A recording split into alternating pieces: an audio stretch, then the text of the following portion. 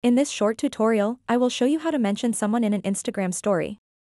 Mentioning someone on Instagram is a great way to give credit to them or share their profile with your followers.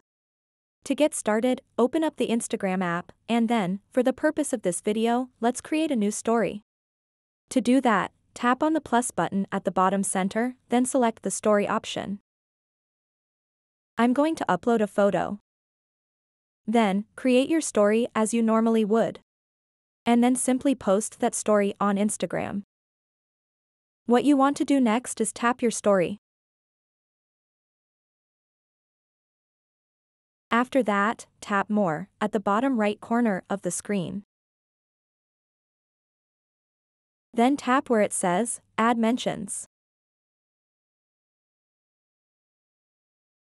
Now tap on the search bar and search for the people that you want to mention in your Instagram story. Tap and select them.